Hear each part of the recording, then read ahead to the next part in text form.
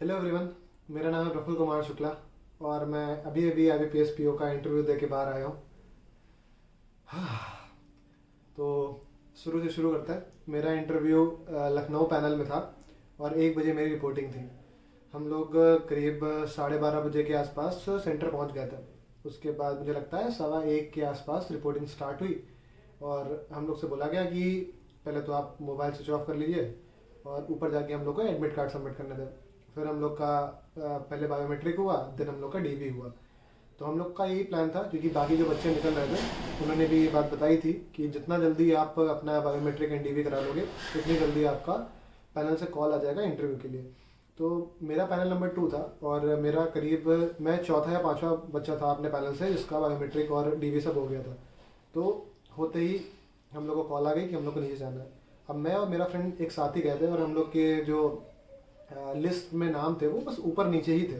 तो मुझे लगा था हम दोनों का साथ में ही हो जाएगा और यही हुआ। उन्होंने सबको साथ में कराया। मैं नीचे आया और मेरे साथ 3 जन थे, 2 लड़कियां थी और मैं था। तो हम लोग बाहर बैठे।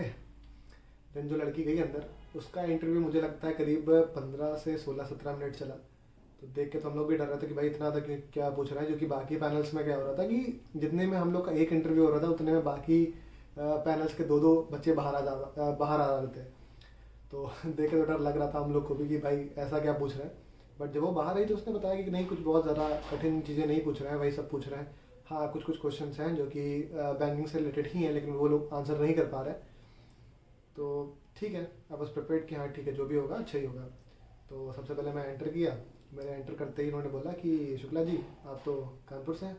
अभी पहले जो 2 स्टूडेंट्स आए वो भी कानपुर से, तो ऐसा लग रहा है कानपुर की पूरी ट्रेन पलट गई है, सारे कानपुर के बच्चे यहीं पे आ रहे हैं। तो मैंने पहले तो क्लियर किया उनको, सर मैं कानपुर से नहीं हूँ, मैं उन्नाव से हूँ। एंड फिर मैंने बताया अभी कि सर मेरा फ्रेंड है अभी जो अगला कैंडिडेट आएगा। सर तो हम लोग तो साथ ही प्रिपरेशन कर रहे हैं, क्लास 6 से हम लोग साथ में हैं। हम लोगों ने प्रिपरेशन भी साथ में की है, मॉक भी साथ में लगाए हैं और आज हम लोग इंटरव्यू भी साथ में देने हैं। तो वो लोग भी जो करने लगे कि हाँ ऐसा लग रहा है कि तुम दोनों लोग सिलेक्शन भी साथ में लोगे, एक ही ब्रांच में साथ में हो जाओगे। तो घुसते ही माहौल थोड़ा सा चिल हो गया। ठीक है, एक लाफ्टर आ गया सबके फेस पे। देन जो सेंटर में सर बैठे हुए थे, तो पहले तो मैं बता दूं कि टोटल 5 मेंबर थे हमारे पैनल में। सेंटर में एक सर बैठे हुए थे और सबसे राइट कॉर्नर पे मैम बैठी थी। बाकी सारे मेल पैनल में मेंबर थे और सबकी एज अगर मैं कहूँ तो सबकी एज अराउंड 55 to 60 के अराउंड ही होगी। कोई भी बहुत ज़्यादा यंग मुझे नहीं दिखाई दिया, सबके बाल थोड़े थोड़े सफ़ेद ही थे। तो सर ने शुरू किया, मुझे कोई भी इंट्रोडक्शन देने को नहीं बोला गया। उन्होंने तुरंत ही शुरू कर दिया कि शुक्ला जी आप ये बताइए क्या आपके अंदर स्ट्रेंथ एंड वीकनेसेस हैं जिसके थ्रू हम लोग को ये समझने में आसानी हो कि आप बैंकिंग सेक्टर में अच्छा कर पाओगे, अच्छा नहीं कर पाओगे। तो अब क्योंकि मुझे इंट्रोडक्शन देने का मौका नहीं मिला था तो मेरे बैक ऑफ द माइंड में यही चल रहा था कि कुछ भी करके मुझे अपना इंट्रोडक्शन इसी आंसर में देना है। तो मैंने शुरू कर दिया कि सर मैं करीब 4-5 साल से एक कोचिंग इंस्टीट्यूट रन कर रहा हूँ। मैं मैनेजर एंड फाउंडर डायरेक्टर हूँ। मेरे नाम पे ही कोचिंग इंस्टीट्यूट है, मेरे घर में ही है। और मैं क्योंकि पढ़ा रहा हूँ बच्चों का, तो मुझे कम्युनिकेशन स्किल मेरी बहुत अच्छी है। मैं चीज़ों को अडेप्ट कर लेता हूँ बहुत आसानी से, क्विक लर्नर हूँ। And leadership and management skill, क्योंकि मैं टीम लीड कर रहा हूँ करीब 2-3 टीचरों की। ठीक है, तो ये सबसे पहला मेरा आंसर था जिसके थ्रू मैंने ये भी बता दिया। और उससे क्रॉस क्वेश्चंस भी आने लगे। अच्छा आप पढ़ाते हो तो जगह किसके नाम पे है, क्या नाम है कोचिंग इंस्टीट्यूट का, क्या क्या सब्जेक्ट्स पढ़ाते हो।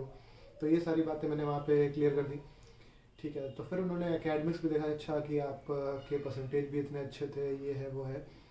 तो ये सारी बातें बताई मैंने। फिर यानी उन्होंने ये भी पूछा कि आपने ग्रेजुएशन का कहाँ से किया या कब किया, तो मैंने ग्रेजुएशन के बारे में बताया। और फिर पूछा कि आप 2022 में आपका ग्रेजुएशन हो गया था, उसके बाद क्या आपने कुछ नहीं किया। तो मैंने बताया कि नहीं सर मेरा एयरफोर्स में हो गया था 2022 में, लेकिन सर एक्सीडेंट हो गया था जिसके कर मैं ज्वाइन नहीं कर पाया। तो उस पर भी थोड़ा सा सवाल आया कि कैसे क्या हो गया था और अब आप ठीक है कि नहीं, बाकी क्या आप अभी भी डिफेंस ज्वाइन कर सकते हैं कि नहीं। तो ये सारी बातें मैंने बताई। और फिर मैंने बीएड का भी बताया कि सर मैंने बीएड किया हुआ है। तो ये सारी बातें गई। तो फिर उनका तुरंत ही आ गया कि अच्छा आप कोचिंग इंस्टीट्यूट रन करते हो और वो अच्छा सा पैसा भी बना के देता होगा, आपकी इनकम भी अच्छे से आती होगी। मैंने बोला यस सर बिल्कुल आती होगी। तो उन्होंने बोला आप क्यों उसको छोड़ के यहाँ आना चाहते हो। तो मैंने पूरा अच्छे से आंसर किया कि सर क्यों मैं छोड़ के आने वाला हूँ। देन सर उनका एक क्वेश्चन आया कि ऐसा हो सकता है ना कि आपका बैंक में सिलेक्शन हो जाए फिर भी आपका ध्यान आपकी कोचिंग में ही लगा रहा है, कि आप फ़ोन पे लगे रहो कि भैया कितना बिजनेस हुआ, मेरा कितना पैसा आया। तो मैंने बोला नहीं सर, मेरा मन ऊब चुका है पढ़ाने से और मैं अब अपने कंफर्ट जोन से बाहर आना चाहता हूँ। और तो उन्होंने बोला कि फिर तो लॉस हो जाएगा, घर में तो इनकम आ रही थी। तो मैंने बोला सर कोचिंग मेरे घर में ही चलती है, तो कुछ हो ना हो एटलीस्ट ज़मीन का पैसा तो मिलेगा, मतलब किराए का पैसा तो आएगा। एंड देन सर बाकी चीज़ों के लिए मेरे पापा हैं, उन्होंने भी टीचिंग की हुई है करीब 17-18 साल, तो वो इतना तो मैनेज कर सकता है, तो सर लॉस नहीं होगा। ठीक है, तो वो सेटिस्फाइड लग रहे थे। उसके बाद फिर उन्होंने बोला ठीक है थोड़ा सा आपका एकेडमिक नॉलेज चेक करते हैं। फिर भाई साहब उन्होंने मुझसे 3 सवाल पूछे बैंकिंग के, 3 टर्म पूछे। मुझे उन टर्म्स से आज तक, मैंने यूट्यूब पे इतने सारे इंटरव्यूज़ देखे हैं, इतने इंटरव्यू एक्सपीरियंस देखा है, मुझे आज तक मैंने वो टर्म सुने ही नहीं। तीनों टर्म के साथ में ये था कि उन्होंने शॉर्ट फॉर्म बोले, मैंने बोला सर मुझे शॉर्ट फॉर्म शायद नहीं पता है, आप एक्सपेंड करके बता दीजिए। मुझे तब भी नहीं पता। उन्होंने कुछ पूछा स्पेशल अकाउंट समथिंग, SIBF पता नहीं किस तरह का कुछ बताया कि स्पेशल तरह का अकाउंट होता है, मुझे नहीं पता इसके बारे में। देन 2-3 सवाल ऐसे आए जिसमें मैंने बोला कि सर मुझे नहीं पता, मुझे नहीं पता। फिर उन्होंने पूछा, फिर उनका काम खत्म हो गया, उन्होंने बोला कि नेक्स्ट सर से बोल दिया कि अब आप पूछ सकते हैं सवाल। तो फिर उन्होंने बोला बेटा आप क्या पढ़ के आए हो? तो मैंने बोला सर बेसिक बैंकिंग। तो वो सर वापस बोलने लगे बेटा ये जो सवाल मैंने पूछे थे ये बेसिक बैंकिंग से ही थे। तो ठीक है कोई बात नहीं, मैंने बोला सर नहीं आता है मुझे। देन फिर मैंने बताया सर मैंने मॉनेटरी पॉलिसी पढ़ा है, मैंने RBI पढ़ा है और मैं टाइप्स ऑफ अकाउंट्स इन सब के बारे में जानता हूँ। तो उन्होंने फिर इन सब के ऊपर नहीं पूछा। उन सर ने मुझसे एक क्वेश्चन पूछा था, मैं फ़िलहाल मुझे याद नहीं कर पा रहा हूँ। फिर नेक्स्ट सर पे आ गए वो, तो उन्होंने फिर मेरे नाम पे पूछा कि बेटा प्रफुल्ल, प्रफुल्ल का मतलब होता है हैप्पीनेस। तो उन्होंने बोला कि बेटा आप प्रफुल्ल रहने के लिए एक इंसान को क्या करना चाहिए? तो मैंने आंसर किया कि सर मैं सारे इंसानों के लिए तो नहीं बता सकता हूँ, पर मैं अपना बता सकता हूँ कि मैं कैसे प्रफुल्ल रहता हूँ, मैं कैसे खुश रहता हूँ। तो मैंने म्यूज़िक का एग्जाम्पल दिया और सब कुछ बताया, तो ही वॉज सेटिस्फाइड। देन बाकी एक सर आए, फिर उन्होंने पूछना शुरू किया। उन्होंने मुझसे bank rate and repo rate में डिफरेंस पूछा, जिसमें मैंने थोड़ा सा गलत आंसर कर दिया क्योंकि उन्होंने मुझसे पूछा, तो मैंने बताया sir short term loan and long term loan. तो उन्होंने पूछा हाउ लॉन्ग, बैंक रेट जो है कितने दिन के लिए होता है? तो मुझे इसका आंसर नहीं पता था। तो मैंने बोला सर रेपो रेट के लिए मुझे पता है सर, ये ओवरनाइट के लिए होता है, बट बैंक रेट का मुझे आइडिया नहीं है। फिर इसके बाद सर ने मुझसे पूछा कि डिफरेंस कितना होगा, तो मैंने बताया कि सर 25 बेसिस पॉइंट का डिफरेंस होता है, क्योंकि उसमें कोलैटरल नहीं होता है। तो ये भी सारी बातें मैंने क्लियर करी। फिर उन्होंने मुझे डेफिसिट के बारे में पूछा, मैंने फिस्कल डेफिसिट पूरा समझाया। फिर उन्होंने मुझसे बजट पूछा, हाँ इसमें मैं पता था। उन्होंने मुझसे पूछा था एंटरिम बजट क्या होता है, तो मुझे एंटरिम बजट नहीं पता था, तो मैंने बजट एक्सप्लेन कर दिया। तो उन्होंने बोला ठीक है बेटा आप जो बता रहे हो वो एकदम सही है, बट आप बजट बता रहे हो, आप मुझे एंटरिम बजट बताओ। तो मैंने बोला सर मुझे इसके बारे में आइडिया नहीं है, बट शायद ये सर एक कोई प्रोटोटाइप होता होगा, बजट बनाने से पहले इसको बताते होंगे। जो कि आंसर सही था, तो ठीक है वो शायद से उनको समझ में आया कि शायद मैं गेस कर रहा हूँ। तो उन्होंने बोला ठीक है बेटा आपको भी आइडिया नहीं है इस चीज़ के बारे में, तो फिर उन्होंने स्किप कर दिया। फिर लास्ट में एक मैम थी, भाई साहब मैम ने जो धोया है मेरा, तुरंत ही सबसे पहला क्वेश्चन ये आया कि बेटा, सबसे पहला क्वेश्चन मतलब कुछ ग्रीट नहीं, बाकी सब लोग हंस हंस के बात कर रहे हैं, मैम ने सीधे सीधे बोला बेटा कितना कमाते हो कोचिंग से? तो जितने पैनल मेंबर थे वो भी सब हंसने लगे कि अरे यार ये कैसा सवाल है, किसी भी आदमी से आप ये पूछ रहे हो, सीधे इनकम पूछ रहे हो। तो मैं भी हंसने लगा, बट उनका तुरंत ही आया कि नहीं बेटा मैं मजाक नहीं करूँ, मुझे सीधे बताओ आप कितना कमाते हो। तो मैंने उनको आंसर किया कि मैम देखिए रेवेन्यू में एंड इनकम में डिफरेंस है। रेवेन्यू में I can earn about 60 to 65,000 rupees per month, but बाकी जितने टीचर्स हैं उनकी सबकी सैलरी देने के बाद एट द एंड मेरे पास 20-25 हज़ार बचता होगा। ठीक है, तो उन्होंने बोला कि अच्छा EWS की आप मुझे डेफिनेशन बताओ। मैंने बताया कि तो आपको लगता है कि आप इस नेशनल जो भी आपकी ये एनुअल इनकम है इस हिसाब से आप EWS में आते हो कि नहीं आते हो? तो मैंने बोला कि 20-25 हज़ार के अकॉर्डिंग मैं आता हूँ, बिल्कुल आता हूँ। कहते नहीं आप ये जो बता रहे हो ये तो आप अपने ग्रॉस पे बताओ ना, ये आप इस पे सेविंग में क्यों बता रहे हो? मैंने कहा मैम ये सेविंग नहीं है, ये तो मेरा रेवेन्यू हुआ ना, बाकी को मैं जो भी टीचर्स मैंने रखे मैं उनको तो पे करूँगा ही, ये पैसा मेरा तो है नहीं, ये तो इनका पैसा है। तो वहाँ थोड़ी मेरी बहस हुई, और मेरी बहस में बाकी चारों पैनल मेंबर बहुत इंजॉय कर रहे थे, वो सब हंस रहे थे, बट मेरा और उनका सीरियस एक कॉन्वर्सेशन हो रहा था। तो जैसे ही ये सारी चीज़ें ख़त्म हुई तो उन्होंने खुद से ही बोला कि हम लोग की जो सैलरी आती है उसमें पैसा पहले ही कट जाता है, ऐसा थोड़ा ना होता कि जो नेट बच रहा है उसके बाद उस पर इनकम टैक्स निकाला जा रहा है। तो मैंने बोला कि मैम वो पैसा आपका है, यहाँ पे जिस टीचर ने वो बैच पढ़ाया है भले पैसा बच्चे ने मुझे दिया है, पर वो है तो पैसा उनका ही, मुझे अल्टीमेटली पैसा उनको ही तो देना है। तो जो भी है, इस तरह का एक एंड में थोड़ा सा कॉन्वर्सेशन मेरा ऊपर नीचे हो गया, but it was good, ultimately it was good.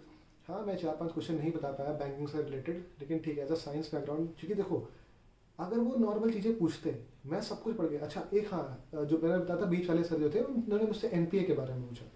ठीक है, तो मैंने एनपीए समझा दिया, फिर उन्होंने मुझसे पूछा कि लॉस्ट अकाउंट क्या होता है, लॉस्ट एसेट क्या होता है। नहीं नहीं, लॉस्ट एसेट मैंने खुद ही एक्सप्लेन कर दिया था। तो उन्होंने पूछा कि अच्छा फिर से एक बार लॉस्ट एसेट बताओ। फिर उन्होंने पूछा अच्छा फिर डाउटफुल क्या होता है, तो ये भी एक सवाल बीच वाले सर ने पूछा था। तो ये सारे सवाल जो थे सब हुए, करीब 3 क्वेश्चन ऐसे थे जो मैं आंसर नहीं कर पाया, बाकी मैंने सारे चीज़ें आंसर कर दी। एंड क्वेश्चन सिचुएशनल भी थे शुरुआत में, कि रीलोकेशन, कोचिंग छोड़ना, ये सारी चीज़ें भी थी, लेकिन मैंने सारी चीज़ें ढंग से आंसर करी हैं। तो मेरे अकॉर्डिंग जितना अच्छा मैं इंटरव्यू कर सकता था मैं करके आया हूँ। अब लेट्स होप कि क्या रिजल्ट आता है। और ये तो ठीक है भाई, मेरे पैनल मेंबर में बाकी बच्चों के साथ जो जो किया है, एक लड़का है, उसने बताया कि, उससे पूछा आपके डिस्ट्रिक्ट के बारे में बताइए, तो भाई ने बताया कि चंद्रशेखर आज़ाद जी जो क्रांतिकारी रहे वो हमारे डिस्ट्रिक्ट से बिलोंग करते हैं। तो उसने बोला उसकी माता पिता का नाम बताइए। फिर उसने उनसे पूछा गया कि उसने बताया कि 2 और लिटरेरी पर्सन हैं हमारे डिस्ट्रिक्ट के, शिव मंगल सुमन जी एंड सूर्यकांत त्रिपाठी निराला जी। तो उन्होंने बोला निराला जी की कोई कविता सुनाओ। तो उन्होंने बोला सर निराला जी की तो नहीं पता, मैं सुमन जी की सुना सकता हूँ। तो फिर वो चिल्लाने लगी जिसका पूछा है उसका बताओ। तो भाई ऊट पटांग क्वेश्चंस आ रहे हैं मेरे पैनल में बहुत ज़्यादा भर भर के। मैं तो फिर भी ठीक हूँ कि जिन्होंने बैंकिंग से रिलेटेड ऊट पटांग पूछा है, बाकियों से तो कुछ भी। एक से पूछ रहे हैं कि गन्ना कैसे उगाया जाता है, गन्ने की खेती में किस तरह की खाद पड़ती है। तो आप कुछ भी सोच नहीं सकते हो कि क्या लेवल हो सकता है, आप कहाँ तक पढ़ लो ताकि आप सेफ रहो। यहाँ कोई सेफ्टी वाला वो नहीं है।